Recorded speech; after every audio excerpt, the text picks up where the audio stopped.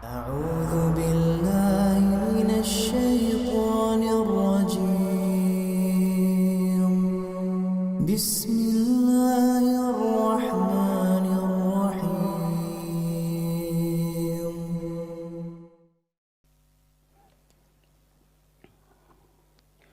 Bismillahirrahmanirrahim. Assalamualaikum warahmatullahi wabarakatuh. Innal hamdalillah nahmaduhu wa nasta'inuhu wa nastaghfiruh wa na'udzu billahi min shururi anfusina wa min sayyiati a'malina. Man yahdihillahu fala mudilla lahu wa may yudlil fala hadiya lahu. Asyhadu an la ilaha illallah wahdahu la syarika lahu wa asyhadu anna Muhammadan 'abduhu wa rasuluhu la nabiyya wa la rasula ba'dahu. Ya ayyuhalladzina amanu ittaqullaha haqqa tuqatih wa la tamutunna illa wa antum muslimun. Ya ayyuhan nasu ittaqu rabbakumul ladzi khalaqakum min nafsin wahidah wa khalaqa minha zawjaha wa batha minhuma rijalan katsiran wa nisaa'a wattaqullaha alladzi tasaaluna bihi wal arham innallaha kana 'alaikum raqiba. Ya ayyuhalladzina amanu ittaqullaha wa qulu qawlan sadida yuslih lakum a'malakum wa yaghfir lakum dhunubakum wa may yuti'illaha wa rasulahu faqad faza fawzan 'azima. Amma ba'du.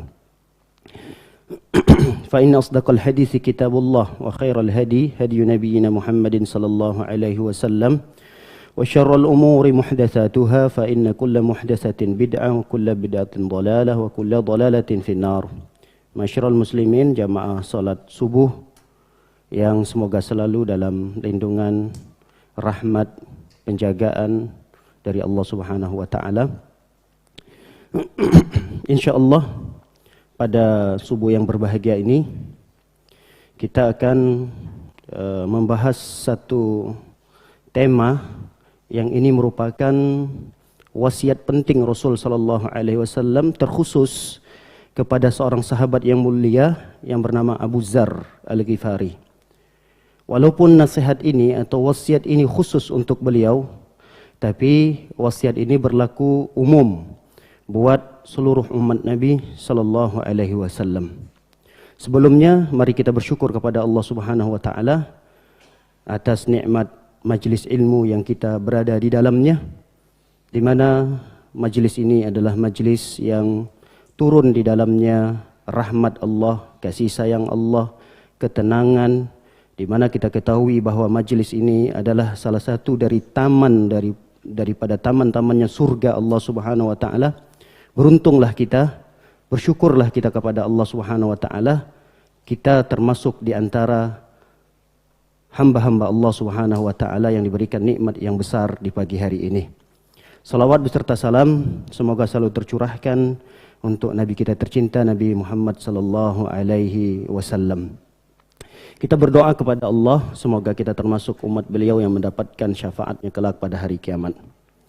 Para hadirin dan hadirat yang oleh Allah Subhanahu wa taala, ada 7 wasiat Nabi sallallahu alaihi wasallam kepada seorang sahabat Nabi yang mulia yang bernama Abu Dzar. Abu Dzar ini nama aslinya adalah Jundub. Ada yang mengatakan Jundab. Jundab atau Jundub bin Junadah. Jundub atau Jundab bin Junadah Al-Ghifari. Jundub ini termasuk sahabat yang di awal-awal masuk Islam. Ada yang mengatakan beliau ini adalah sahabat yang keempat, nomor 4 masuk Islam. Jadi kalau diurut misalnya Khadijah, kemudian Abu Bakar, Ali, jadi beliau ini yang keempat. Ada yang mengatakan beliau ini yang kelima. Artinya sahabat Nabi SAW Abu Dzar ini bukan sahabat junior, bukan. Termasuk sahabat senior, dan dulu ketika beliau berada di masa jahiliyah, pekerjaan beliau ini adalah tukang begal. Tukang begal, jadi kalau ada orang lewat di satu jalan itu, dia termasuk beberapa orang-orang yang menjadi premannya, dipalak sama dia. Jadi setiap orang yang lewat harus setoran dulu sama dia. Ini termasuk mata pencahariannya di kampung itu ketika itu. Nah, ketika beliau masuk Islam, semua itu ditinggalkan karena kita tahu bahwa ajaran atau nilai-nilai keislaman melarang pekerjaan yang selama ini digelutnya, sehingga dengan mudah bagi beliau untuk meninggalkan perkara tersebut. Baik, kita bacakan hadis tentang 7 wasiat Nabi SAW untuk beliau, untuk sahabat Nabi Abu Dzar Al-Ghifari ini. Kata Abu Dzar Al-Ghifari radhiyallahu taala anhu, "Awsani khalili bi sab'in." Aku diwasiatkan oleh Rasul sallallahu alaihi wasallam, khalili ini adalah kekasihku. Yang dimaksud dengan kekasihku di sini adalah Rasul sallallahu alaihi wasallam. Kekasihku mewasiatkan kepadaku bisab'in, ada 7 wasiat. Yang pertama adalah bihubbil masakin wa an adnuwa minhum, mencintai orang-orang miskin dan dekat dengan mereka. Ini wasiat yang pertama, yaitu hendaknya aku mencintai orang-orang miskin dan berupaya untuk dekat dengan mereka-mereka. Kemudian yang kedua, wa an anzura ila man huwa asfalu minni wala anzura ila man huwa fauqi. Hendaknya aku melihat kepada orang yang di bawahku dan tidak melihat kepada orang yang di atasku. Yang ketiga, wa an asila rahimi wa in jafani. Yang ketiga, wasiat yang ketiga adalah aku diperintahkan untuk menyambung tali silaturahmi walaupun mereka berlaku jafa ini bersikap kasar, bersikap tidak acuh kepadaku. Jadi keluarga-keluarga itu tidak acuh kepadaku, bersikap kasar, perlakunya tidak baik kepadaku, tapi aku tetap diperintahkan untuk bersilaturahmi kepada mereka. Yang keempat, wa an ukthira min la haula wa la quwwata illa billah. Aku diwasiatkan untuk memperbanyak ucapan la haula wa la quwwata illa billah. Yang keberapa sekarang? Yang kelima, wa an atakallama bimurril haq. Yang kelima adalah aku diperintahkan untuk berbicara yang benar walaupun itu pahit. Yang keenam, wala ta'khuzni fillahi laumatu laim. Dan aku tidak boleh takut celaan orang-orang yang mencelah selama aku di atas kebenaran. Aku tidak boleh takut kepada celaan orang-orang yang mencelah selama aku di atas kebenaran. Kemudian yang terakhir, wa alla as'alan nasa syai'a, dan aku dilarang untuk meminta-minta sesuatu apapun kepada manusia. Baik, kita akan kembali kepada poin yang pertama dari wasiat Rasul sallallahu alaihi wasallam untuk Abu Dzar. Apa yang pertama tadi? Mencintai orang miskin dan berupaya untuk dekat dengan mereka. Ini wasiat Nabi sallallahu alaihi wasallam. Dan kita tahu orang yang paling dekat dengan orang-orang miskin adalah Nabi kita tercinta Nabi sallallahu alaihi wasallam. Dan kita melihat betapa Rasul sallallahu alaihi wasallam mempraktikkan wasiat ini pada dirinya sendiri. Ketika Nabi sallallahu alaihi wasallam sampai ke Madinah, bersamaan dengan itu ada beberapa sahabat-sahabat muhajirin yang lainnya. Kondisi mereka berhijrah dari Mekah ke Madinah ini enggak bawa harta apapun. Hanya membawa pakaian yang lengket di badan mereka. Mereka tidak bawa kuda mereka tidak bawa ratusan onta mereka tidak bawa dinar mereka tidak bawa dirham mereka. Semuanya mereka tidak bawa. Harta yang sudah mereka kumpulkan di Mekah ditahan oleh orang-orang kafir Quraisy untuk tidak boleh dibawa di saat mereka hijrah. Artinya mereka ini dalam kondisi miskin. Datang ke Madinah dalam kondisi miskin. Sampai-sampai Nabi SAW membuat mes atau membuat asrama khusus buat mereka-mereka yang tidak punya rumah, yang datang dari Mekah ke Madinah di pojokan belakang Masjid Nabawi. Jadi kalau Masjid Nabawi itu dulu pertama sekali dibangun oleh Nabi, ukurannya adalah 70 lebarnya, kemudian panjangnya 60. 70 kali 60. Nah, bagian belakang itu sengaja diatapin sedikit oleh Rasul sallallahu alaihi wasallam. Bagian tengahnya itu tidak diatapi. Jadi Masjid Nabi dulu itu tidak diatapin bagian tengahnya. Yang diatapin itu adalah bagian depan sama bagian di belakang saja. Di bagian belakang itu sengaja diatapin oleh Rasul sallallahu alaihi wasallam karena itu akan menjadi tempat tinggalnya sahabat-sahabat Nabi sallallahu alaihi wasallam. Nah, ini menunjukkan bahwa Nabi sallallahu alaihi wasallam adalah orang yang paling tahu sekali dalam praktek wasiat ini. Makanya kita melihat bagaimana Rasul sallallahu alaihi wasallam berdoa. Di antara doa Nabi sallallahu alaihi wasallam yang hendaknya kita belajar dan juga baca doa ini, di antara doa-doa yang kita mintakan kepada Allah Subhanahu wa taala adalah seperti yang diminta oleh Nabi. Nabi sallallahu pernah berdoa, Allahumma inni as'aluka fi'lal khairat wa tarkal munkarat wa hubbal masakin wa an taghfira li wa tarhamani, dan seterusnya. Tapi yang menjadi poin kita adalah di mana Nabi sallallahu alaihi wasallam minta kepada Allah, Allahumma inni as'aluka fi'lal khairat. Ya Allah, aku minta kepadamu fi'lal khairat, supaya selalu bisa melakukan kebaikan, wa tarkal munkarat, dan meninggalkan kemungkaran, wa hubbal masakin, dan aku minta kepadamu ya Allah supaya bisa selalu mencintai orang-orang miskin. Begitu juga doa yang lain Nabi SAW minta, Allahumma ahyina miskinan wa amitni miskinan wahsyurni fi zumratil masakin. Ya Allah, hidupkan aku dalam kondisi miskin, matikan aku dalam kondisi miskin, kata Rasulullah, dan kumpulkan aku bersama orang-orang miskin nanti pada hari kiamat. Doa ini bukan berarti Rasul SAW minta miskin, tidak.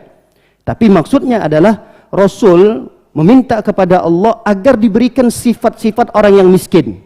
Umumnya orang miskin itu tidak sombong. Umumnya orang miskin itu lebih sopan, lebih santun, tawadhu. Itu umumnya sifat yang dimiliki oleh orang-orang miskin. Makanya Nabi SAW minta kepada Allah, ya Allah, hidupkan aku dalam kondisi memiliki sifat-sifat itu. Buktinya bahwa Nabi SAW tidak minta kemiskinan. Doa yang sering kita baca di pagi hari, di sore hari, kita berlindung dari apa? Di antara doa yang kita baca di pagi, di sore hari, kita berlindung kepada Allah. Di antara hal yang kita berlindung kepada Allah Subhanahu wa taala dari apa? Dari kefakiran. Allahumma afini fi badani, Allahumma afini fi sam'i, Allahumma afini fi basari, la ilaha illa anta. Allahumma inni a'udzubika minal kufri wal faqar. Allahumma inni a'udzubika, ya Allah, aku berlindung kepadamu minal kufri, dari kekufuran, wal faqar, dan dari kefakiran, dari kemiskinan. Jadi tidak bertentangan. Jangan mengira bahwa Nabi SAW minta, ya Allah, hidupkan aku dalam kondisi miskin, maksudnya miskin tidak punya harta. Kita tahu bahwa Nabi SAW bukan orang miskin. Cuma Nabi itu kalau dapat harta langsung habis. Nabi itu jangan dikatakan beliau ini orang miskin, tidak. Beliau menikah dengan Khadijah, orang yang kaya raya. Nabi SAW kalau habis pulang dari peperangan membawa harta rampasan perang, itu 1/5-nya untuk Rasul. 1/5-nya hasil daripada peperangan itu untuk Rasul SAW. Sisanya baru kemudian dibagi-bagikan kepada pejuang-pejuang. Berarti ini bukan sedikit. Harta Nabi itu tidak sedikit. Cuma kalau ada orang datang minta ke Rasulullah, tidak pernah orang tersebut pulang dalam kondisi tangan kosong. Pasti dikasih oleh Nabi SAW. Selama masih ada, dikasih. Sebentar sekali harta itu ada di tangan Nabi SAW. Baik, para hadirin dan hadirat melakukan oleh Allah Subhanahu wa taala, ini diantara contoh di mana Nabi SAW betul-betul mencintai orang-orang miskin, dan beliau dekat dengan orang-orang tersebut, dekat dengan orang-orang miskin tersebut. Oleh karena itu, berhati-hati dengan kemarahan atau kemurkaan orang-orang miskin kepada kita. Suatu ketika Abu Bakar radhiyallahu taala anhu mendapati 3 sahabat yang di saat itu dianggap lemah. 3 sahabat di saat itu dianggap miskin lah, karena hamba sahaya. Siapa mereka? Di antara mereka adalah Bilal bin Rabah, kemudian Suhaib Ar-Rumi, kemudian Salman Al-Farisi. Ini kan pendatang ini. Pendatang bukan dari orang Arab asli. Kalau Suhaib dari Rom, kemudian Bilal dari Ethiopia, dari Habasyah, kemudian Salman Al-Farisi dari Faris, dari Persia. Mereka-mereka ini adalah orang-orang lemahnya, orang-orang miskinnya. Suatu ketika 3 orang ini sedang ngumpul-ngumpul. Salman, kemudian Suhaib, kemudian Bilal. 3 orang ini dianggap orang miskin, ngumpul bertiga. Lewatlah Abu Sufyan. Abu Sufyan ini adalah gembongnya orang-orang kafir Quraisy yang selalu memusuhi umat Islam, memusuhi sahabat-sahabat Nabi SAW. Tidak hanya sekedar permusuhan di mulut, tapi permusuhan itu sampai pada tingkat mereka dicidrai, mereka disiksa, mereka dibuli. Kita tahu bagaimana perlakuan orang-orang kafir Quraisy kepada Bilal, kepada Suhaib, kepada Salman Al-Farisi dan seterusnya. Suatu ketika mereka melihat Abu Sufyan ini, karena Abu Sufyan ini adalah pembesarnya orang-orang Quraisy yang selalu mencaci, memaki, menyiksa kaum muslimin. Mereka bertiga ini sambil ngobrol-ngobrol lewat Abu Sufyan tadi, mereka berdoa kepada Allah Subhanahu wa taala. Ini orang Abu Sufyan ini, semoga pedang-pedang Allah akan terhunus kepada dirinya. Lalu kemudian Abu Bakar ada di dekat mereka. Apa kata Abu Bakar menghardik mereka bertiga? Kata Abu Bakar, "Atakuluna hadza li syaikhin Quraisy wa sayyidihim?" Apakah ini kalian ucapkan kepada pembesarnya orang Quraisy? Abu Sufyan ini pemimpin loh. Kalian jangan sembarangan berbicara. Maksud daripada Abu Bakar ini baik. Kalian ini tidak ada apa-apanya dengan Abu Sufyan. Kalau Abu Sufyan marah, kalian ini bisa habis. Kalian disikat sama Abu Sufyan nanti. Hati-hati kalian berbicara. Maksudnya begitu Abu Bakar, untuk menasihati mereka supaya jangan sampai ada kata-kata yang terdengar oleh Abu Sufyan ini yang menyebabkan Abu Sufyan murka dan kalian nanti akan dihabisi. Begitu maksud Abu Bakar, untuk menghentikan mereka jangan sampai berbicara hal-hal yang akan membahayakan diri mereka. Tapi setelah terjadi pembicaraan-pembicaraan tersebut, akhirnya Abu Bakar datanglah ke Rasul sallallahu alaihi wasallam. Ketika Abu Bakar bertemu dengan Rasul sallallahu alaihi wasallam, Nabi pun berkata kepada Abu Bakar, "Ya Abu Bakar, la'allaka aghdabtahum." Wahai Abu Bakar, kayaknya pembicaraanmu tadi kepada 3 orang ini membuat mereka marah kepadamu. Kalau la in kunta aghdabtahum laqad aghdabta rabbak. Kalau apa yang kamu lakukan tadi membuat mereka ini marah, sungguh kemarahan mereka ini akan mendatangkan kemurkaan dari Allah. Allah akan murka kepadamu wahai Abu Bakar. Lalu kemudian Abu Bakar karena khawatir, rasa takut yang bersangatan pada dirinya, jangan sampai mereka marah, karena amarah mereka ini akan mendatangkan amarah Allah Subhanahu wa taala. Akhirnya Abu Bakar datang kepada mereka bertiga tadi. Apa kata Abu Bakar radhiyallahu taala anhu? Ya ikhwata, wahai saudara-saudaraku, aghdabtukum, apakah tadi aku membuat kalian marah? Apakah tadi pembicaraanku, nasihatku tadi menyinggung perasaan kalian? Lalu kemudian mereka menjawab, qalu la, tidak wahai Abu Bakar, sama sekali kami tidak tersinggung, sama sekali kami tidak marah kepadamu wahai Abu Bakar. Yaghfirallahu laka ya akhi, semoga Allah mengampuni dosamu wahai saudaraku. Maksudnya wahai Abu Bakar. Lihat bagaimana Rasul sallallahu alaihi wasallam mencintai orang-orang miskin ketika itu. Padahal ini Abu Bakar. Dan Abu Bakar ketika itu tidak dalam kondisi salah. Abu Bakar melihat bahwa ucapan mereka ini akan membahayakan diri mereka. Makanya Abu Bakar menghardik mereka, hati-hati. Ini bukan orang sembarangan ini. Jangan kalian berbicara sembarangan. Ini kan bagus, Abu Bakar nasihatnya bagus sekali. Tapi Rasul sallallahu alaihi wasallam ingin menekankan kepada Abu Bakar, hati-hati dalam menasihati. Hati-hati dalam bersikap kepada orang miskin. Jangan-jangan keinginan kita terhadap orang tersebut baik, tapi respon mereka tidak baik, sehingga mereka tersakiti. Ini yang ingin disampaikan oleh Rasul sallallahu alaihi wasallam kepada Abu Bakar, dan pesan ini juga harusnya sampai kepada kita. Tatkala kita berinteraksi dengan orang-orang miskin, ucapan apa yang harus kita keluarkan, sikap apa yang harus kita lakukan. Jangan sampai kita terlalu semena-mena, petantang-petenteng kepada mereka-mereka yang mungkin tidak lebih baiklah kondisi ekonominya daripada kita. Ini kadang harus ada pada diri kita. Nasihat ini harus selalu kita ulang-ulangi. Kadang namanya manusia, sifat manusia. Apalagi dia memiliki mobil misalnya, mobilnya lebih bagus lagi, kemudian rumahnya megah, tinggal di perumahan mewah. Ini sifat manusia, tabiat manusia ketika dia turun dari mobil tersebut dan di sekitarnya adalah orang-orang yang lemah, orang-orang miskin, akan muncul pada dirinya sesuatu yang lebih daripada orang-orang tersebut. Nah, sifat ini harus berupaya kita hilangkan.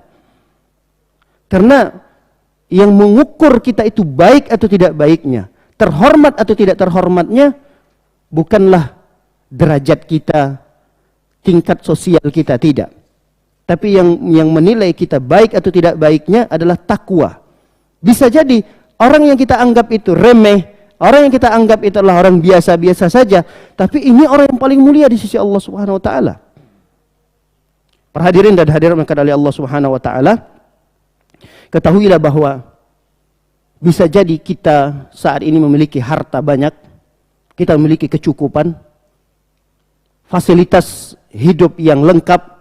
Bisa jadi ini adalah doa dari mereka-mereka orang-orang miskin yang ada di sekitar kita. Makanya jangan disepelekan mereka-mereka ini. Oleh karenanya Rasul sallallahu alaihi wasallam memberikan nasihat kepada kita. Kata Nabi sallallahu alaihi wasallam, "Hal tunsaruna wa turzakuna illa bidu'afaikum." Kata Nabi sallam, bisa jadi kalian itu ditolong oleh Allah. Bisa jadi kalian itu diberikan rizki oleh Allah Subhanahu wa taala karena ada orang-orang lemah di antara kalian ini, karena ada orang-orang miskin di sekitar kalian. Coba kita lihat, tatkala kita ingin berbagi kepada orang-orang miskin, padahal yang kita berikan itu enggak banyak, paling 5.000, paling 10.000, enggak banyak. Tapi coba lihat bagaimana doa mereka untuk kita.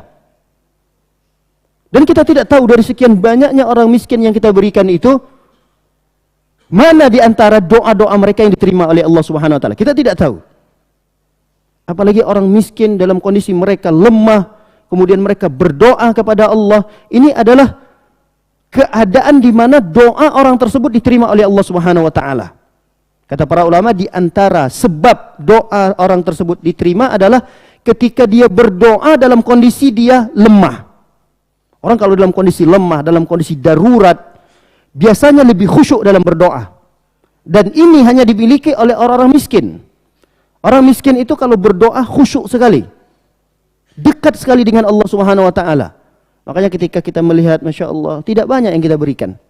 2.000 kadang 5.000. Tapi maksudnya di sini memberikan kepada orang-orang yang mereka tidak minta-minta, tidak. Mereka tidak meminta-minta. Tapi kita tahu ini, tukang sapu, tukang begini, tukang begitu. Saya tahu kondisi mereka. Karena ini adalah orang-orang yang kita dekat dengan mereka. Kita tahu kondisi mereka ini. Kita berbagi kepada mereka. Setelah mereka menerima apa yang kita berikan itu, doa mereka kadang-kadang tiada henti mendoakan kebaikan-kebaikan untuk kita. Nah, bisa jadi kata para ulama, sebagaimana hadis Rasulullah SAW tadi, kita itu diberikan rizki, diberikan kelancaran rizki, diberikan kita kemudahan untuk terus naik pangkat, naik jabatan kita di kantor. Bisa jadi itu adalah doa yang dikabulkan oleh Allah Subhanahu wa taala dari orang-orang miskin yang ada di sekitar kita tadi. Ketika mereka berdoa untuk kita, apakah salah bagi kita untuk dekat dengan mereka? Disinilah wasiat Nabi SAW kepada Abu Dzar, agar tidak hanya sekedar cinta kepada mereka, tapi ada kedekatan dengan mereka-mereka ini. Para hadirin dan hadirin makan oleh Allah Subhanahu wa taala, bagi mereka-mereka, orang-orang yang lemahnya, orang-orang miskinnya, Nabi SAW memberikan motivasi juga kepada mereka supaya mereka ini tidak bersedih. Artinya Nabi SAW menghibur mereka supaya mereka kuat dengan keadaan takdir yang Allah berikan kepada mereka. Di antara motivasi Rasul SAW, di antara hiburan Nabi SAW untuk mereka-mereka ini, bahwa mereka orang-orang yang miskin tadi ini bisa jadi mengalahkan amalan orang-orang kaya. Dalam satu kisah, ada orang-orang yang lemah di antara mereka, orang-orang miskin di antara mereka, datang ke Nabi SAW, ngadu kepada Nabi. Ya Rasulullah, wahai Rasulullah, zahaba ahlud dusur bil ujur. Orang-orang kaya itu datang nanti pada hari kiamat membawa pahala yang banyak ya Rasulullah. Iri mereka. Iri di sini, iri yang baik. Mereka iri dengan orang-orang kaya tersebut beramal, mereka bisa bersedekah, mereka bisa bangun masjid, mereka bisa pergi umrah, mereka bisa pergi haji. Kami orang-orang miskin enggak bisa.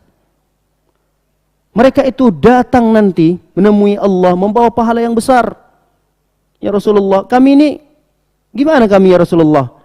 Akhirnya Rasul sallallahu alaihi wasallam pun mengatakan, maukah kalian aku tunjukkan satu amalan yang apabila kalian melakukan amalan itu, kalian bisa mengejar ketertinggalan kalian, bahkan kalian bisa mengalahkan mereka.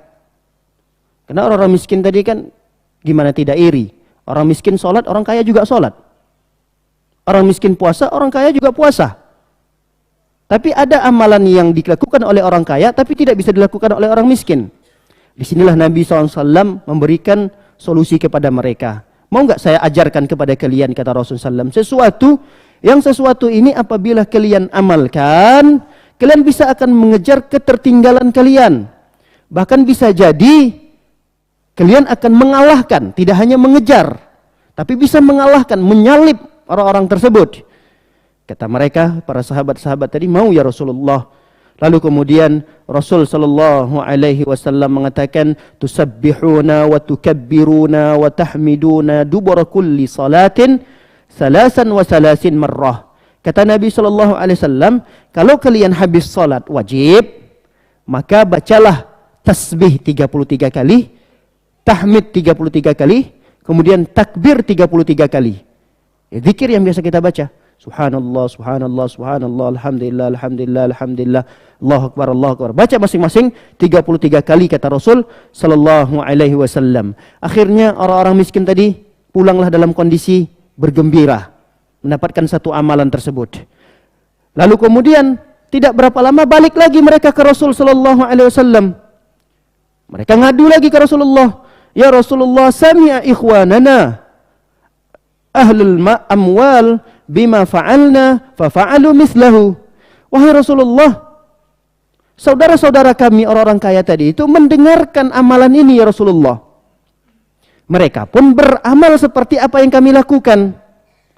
Artinya ya kami gagal lagi nih nyalip atau menyamai pahala-pahala yang dapatkan oleh saudara-saudara kami ini ya Rasulullah. Karena apa amalan yang engkau berikan kepada kami ini, ternyata amal ini juga diamalkan oleh mereka-mereka ya Rasulullah. Akhirnya Rasul sallallahu alaihi wasallam menutup hadis tersebut dengan mengucapkan, "Dzalika fadlullah yu'tihi may yasha." Itu adalah karunia Allah yang Allah berikan kepada siapa saja yang Allah kehendaki.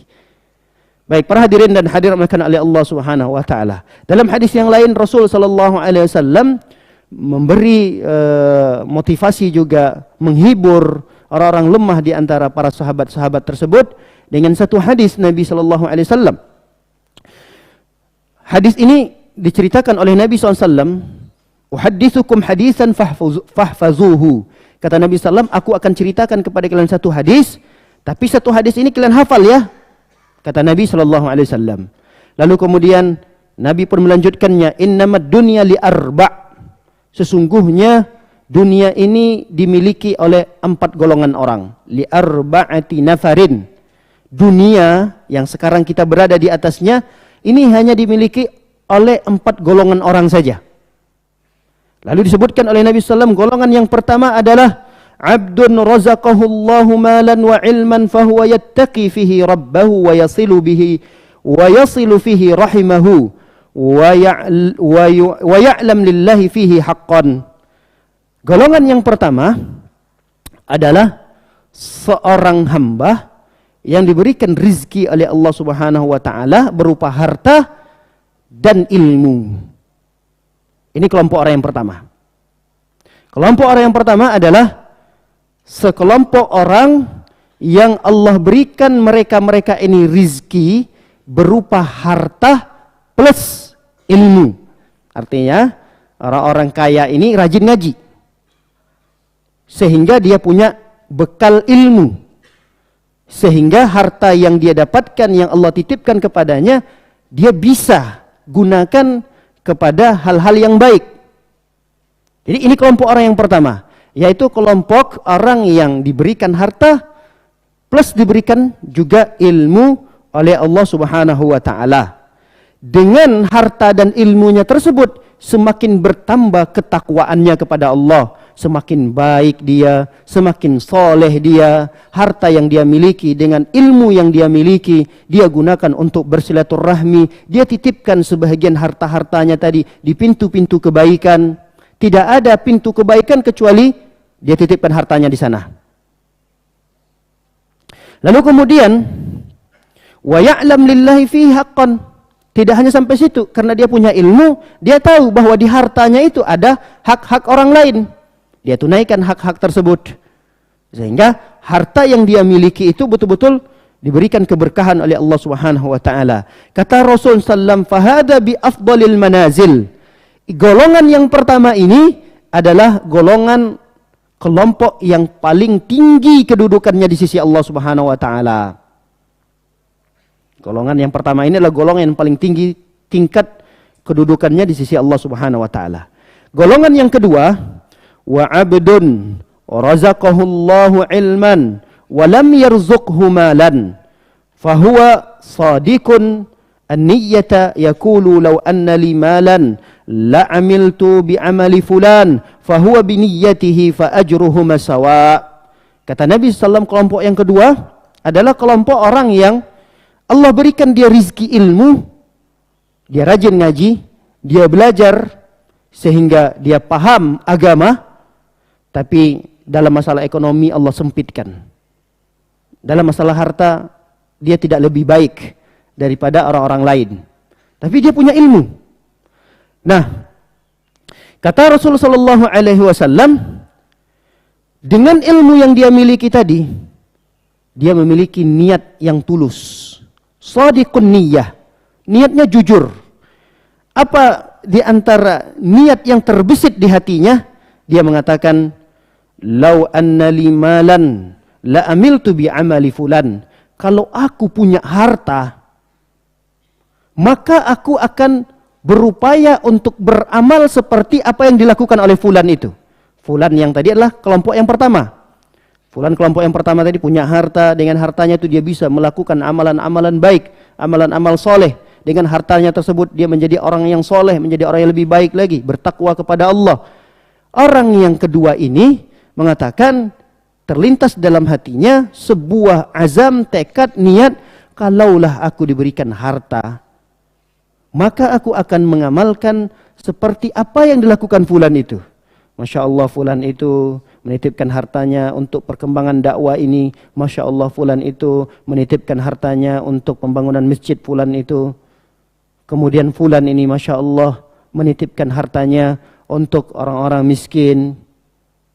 Kalau aku diberikan harta yang sama, aku pengen melakukan amalan yang dilakukan oleh fulan tersebut.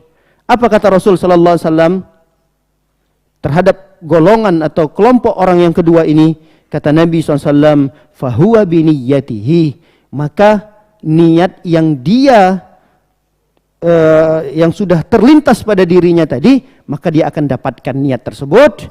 Fa ajruhuma sawa, maka orang ini pun akan mendapatkan pahala yang sama. Lihat, orang miskin dia tidak melakukan amalan yang dilakukan oleh orang kaya tersebut. Tapi orang miskin ini bisa mendapatkan pahala yang sama seperti yang dilakukan oleh orang kaya itu. Ini diantara hiburan Nabi Shallallahu Alaihi Wasallam kepada sahabat-sahabat. Tidak semua sahabat-sahabat Nabi kaya. Ada sebahagiannya yang mereka juga dihimpit, disempitkan oleh Allah Subhanahu Wa Taala ekonominya, sehingga Nabi SAW menghiburnya. Jangan khawatir. bisa jadi kalian kondisinya seperti ini, tapi kalian juga mendapatkan pahala yang sama seperti mereka-mereka ini. Yang penting kalian punya ilmu, yang penting kalian rajin ngaji, yang penting kalian duduk di majelis dengarkan hadis-hadis Nabi. Dengan begitu kalian bisa mengejar ketertinggalan itu. Nah, ini pesan Nabi Shallallahu Alaihi Wasallam. Baik, begitu juga Nabi Shallallahu Alaihi Wasallam mengatakan dalam satu hadisnya yang menjelaskan bahwa orang miskin tentu lebih dahulu masuk surganya. Bagaimana tidak? Karena orang miskin ini kalau ketika dia dipanggil oleh Allah, dikumpulkan di padang mahsyar, sampailah urutan dia disidang oleh Allah Subhanahu wa taala. Lalu kemudian Allah Subhanahu wa taala minta pertanggungjawabannya di dunia ini. Dia mudah untuk mempertanggungjawabkannya. Beda dengan orang kaya. Orang kaya nanti per rupiah yang dia miliki akan diminta pertanggungjawabannya oleh Allah, akan ditanya oleh Allah. Bukan per ratusan ribu, bukan per juta, bukan per miliaran, tidak. Tapi per rupiahnya. Dari mana kamu dapatkan, kata Allah. Setelah kamu dapatkan itu, kemana kamu habiskan? Kemana kamu belanjakan? Itu kan berat. Untuk mempertanggungjawabkan itu berat. Butuh waktu. Makanya orang miskin itu masuk ke dalam surga lebih dahulu daripada orang kaya sekitar 500 tahun. 500 tahun orang-orang miskin sudah menikmati kenikmatan surga, baru kemudian orang kaya menyusul. Kenapa? Karena orang kaya tadi banyak yang harus dia pertanggungjawabkan, banyak yang harus dia jawab. Tapi jangan khawatir juga, jangan sampai nanti ketika dibacakan hadis ini semua jamaah pengen jadi orang miskin. Bukan itu maksud kami. Maksud kami adalah bisa jadi orang-orang kaya ketika mereka mempertanggungjawabkan harta mereka di hadapan Allah Subhanahu wa taala, ketika mereka diaudit. Coba kita lihat. Di dunia ini ada orang kaya yang kekayaannya tidak wajar saja. Lalu kemudian dipanggil oleh KPK, diaudit. Lihat muka mereka itu, kekhawatirannya, ketakutannya luar biasa. Bahkan ada yang saking takutnya ngedrop sampai sakit. Masuk rumah sakit. Ini fakta di dunia. Berat untuk mempertanggungjawabkan itu. Di dunia saja nggak bisa. Berat untuk mempertanggungjawabnya. Padahal dipanggil oleh KPK itu misalnya cuma sekitar 15 jam. Cuma 3 hari karena terlalu banyak mungkin dipanggil. Itu Masya Allah. Sampai jatuh sakit. Sampai berminggu-minggu dirawat di rumah sakit. Ini kondisi dunia loh. Di dunia. Bagaimana lagi nanti di akhirat? Detail ditanya oleh Allah Subhanahu wa taala. Bukan secara global. Detail per rupiahnya. Di mana kamu dapatkan ini? Di sini ya Allah. Terus setelah itu kemana kamu gunakan? Di sini ya Allah. Kalau dia jujur menjawabnya kepada Allah Subhanahu wa taala, mungkin lebih mudah hisapnya. Jadi harta kita yang halal itu akan dihisap, akan ditanya oleh Allah. Ternyata dari sekian banyaknya harta kita tadi, ada sekitar 10%-nya yang haram. Itu akan menjadi azab bagi kita. Bahaya sekali. Namun kalau kita bisa mempermudah kita untuk mempertanggungjawabkan itu. Artinya kita enggak terlalu banyak ngeles lah di hadapan Allah. Iya ya Allah, ini harta kami dapatkan dari sini. Memang ini ada sedikit dari yang haram ya Allah. Sekian ini ada yang haram ya Allah. Saya jujur, saya akui itu. Artinya dia enggak ngeles, enggak seperti sebagian orang yang mengatakan berdalih. Nah, yang model berdalih inilah yang akan memperberat azabnya. Pokoknya kalau udah dipanggil oleh Allah, jangan banyak berdalih. Karena kalau udah berdalih nanti, Allah tutup mulut itu, udah enggak bisa lagi bicara mulutnya, yang akan bicara adalah anggota tubuhnya. Kan menjadi berat urusannya. Setelah anggota tubuh berbicara, kemudian anggota tubuh sebagian yang lainnya akan menjadikan saksi. Kaki bersaksi. Ya Allah, ini hartanya ini, saya bersaksi kakinya. Ini diambil dari tempat-tempat ini ya Allah.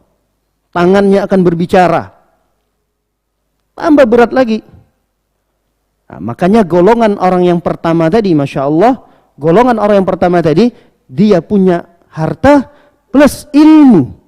Nah, ilmunya inilah yang akan menyelamatkan dia nanti di dunia, terlebih-lebih lagi di akhirat, sehingga dia akan mudah untuk mempertanggungjawabkan itu semua.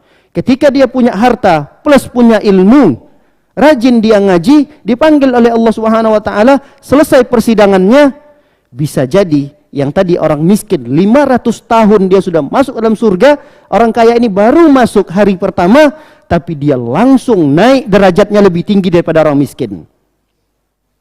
Jadi jangan setelah kajian ini antum semua takut menjadi orang kaya. Waduh, bahaya juga ya jadi orang kaya, karena pertanggungjawabannya berat.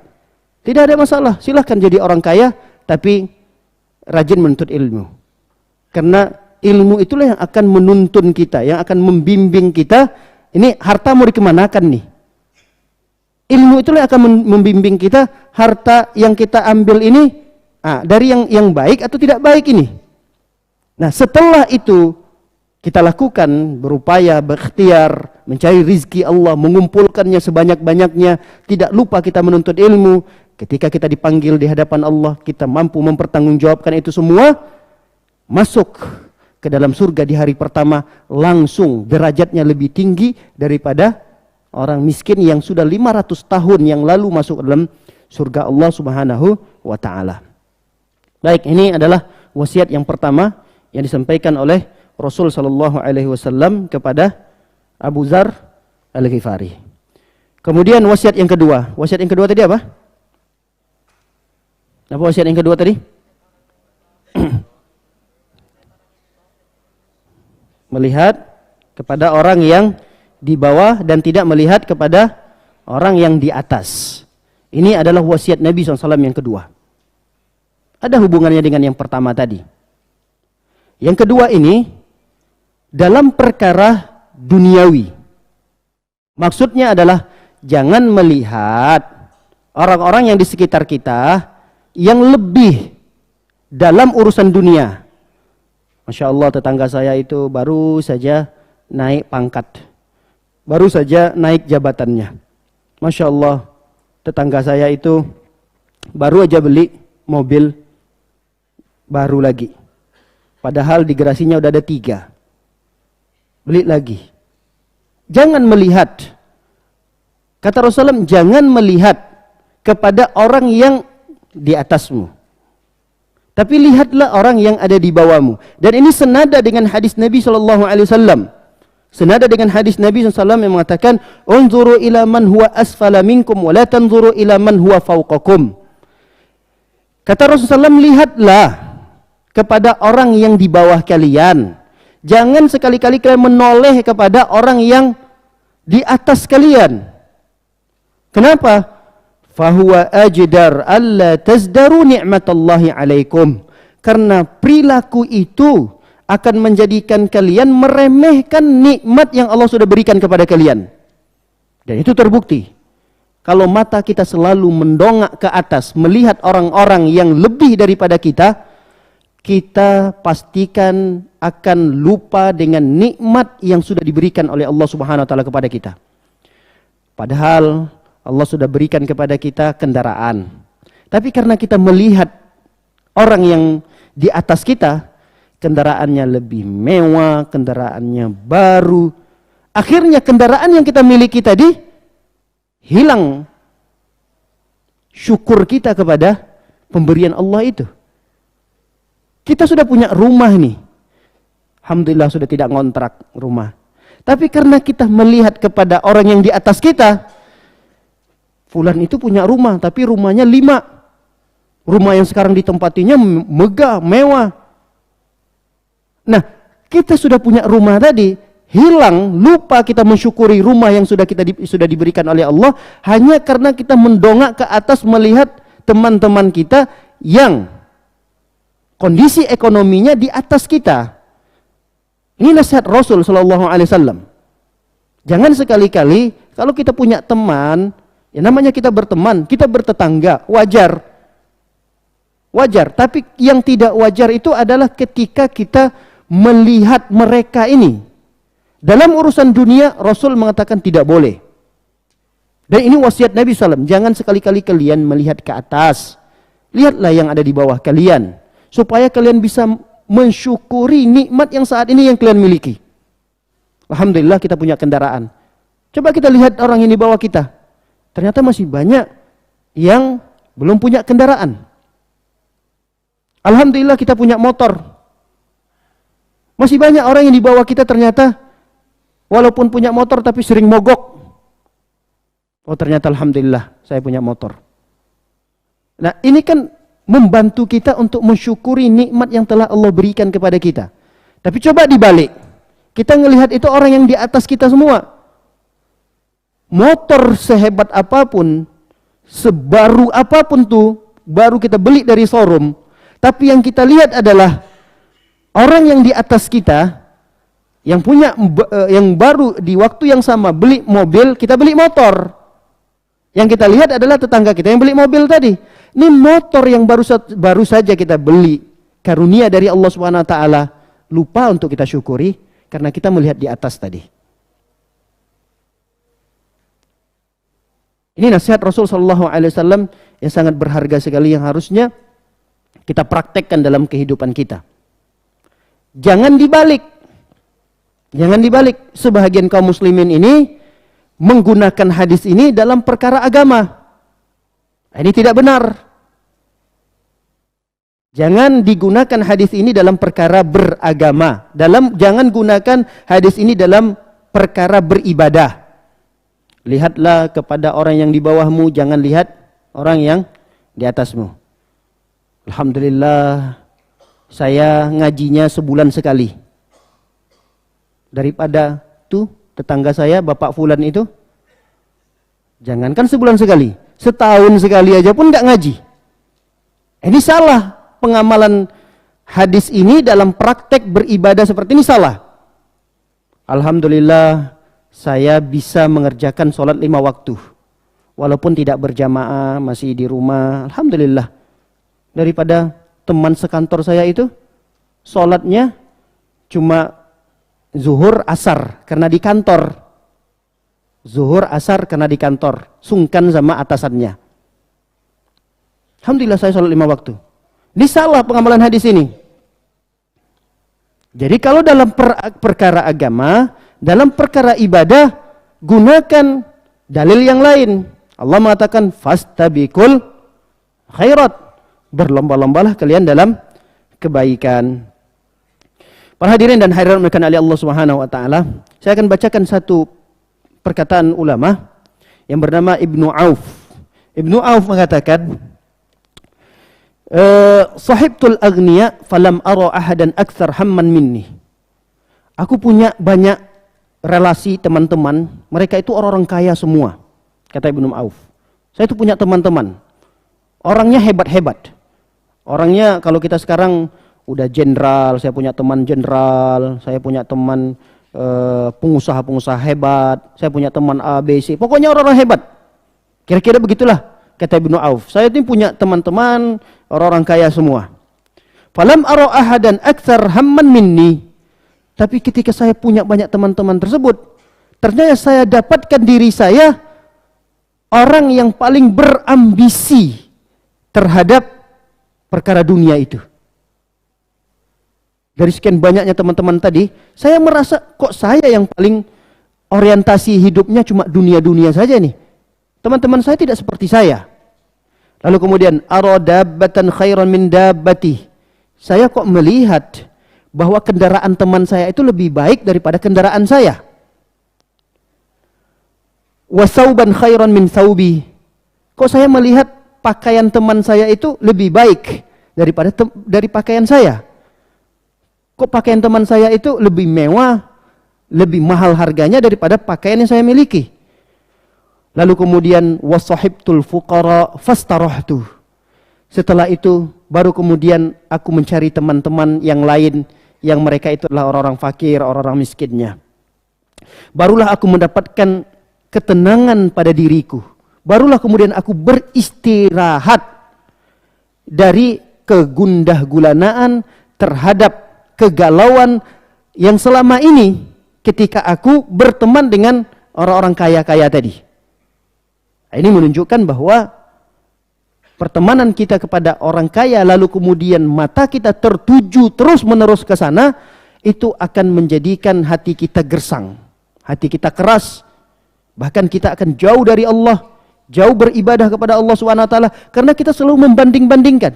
Padahal orang-orang itu tidak sama seperti kita. Dia punya mobil biasa-biasa saja, mobil mewah, tapi tetap ke masjid, tetap sholat berjamaah. Dia parkir mobil di situ, di sampingnya. Yang dia pikirkan adalah, kok mobil dia lebih bagus dari saya ya?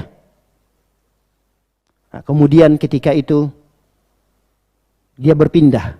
Dia cari komunitas-komunitas yang orang di bawahnya. Baru kemudian dia mendapatkan ketenangan di dalam hidupnya. Nah, beginilah harusnya di dalam keseharian kita. Karena manusia ini tabiatnya memiliki kecemburuan. Tabiatnya manusia ini memiliki kecemburuan plus hasad, dengki. Semua manusia memiliki itu. Ustadz menuduh ya, nggak baik loh Ustadz menuduh seperti itu. Bukan menuduh. Memang begitulah tabiat manusia diciptakan oleh Allah Subhanahu wa taala. Sesoleh apapun kita, sifat ini ada tertancap kuat pada diri kita. Kecemburuan sosial dan dengki, hasad kepada orang lain. Itu ada dalam hati kita. Jangankan kita, putranya Nabi saja, kita tahu Nabi Adam punya putra yang bernama Qabil. Bagaimana kedengkiannya kepada saudara kandungnya sendiri. Ini kurang soleh apa lagi nih?